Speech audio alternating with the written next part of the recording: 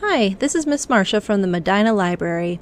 I'm here to tell you about a book I just read recently called The Canyon's Edge by Dusti Miller. It's been over a year since Nora and her dad have gone hiking in the Arizona desert near where they live. It just doesn't feel right without Nora's mom being there.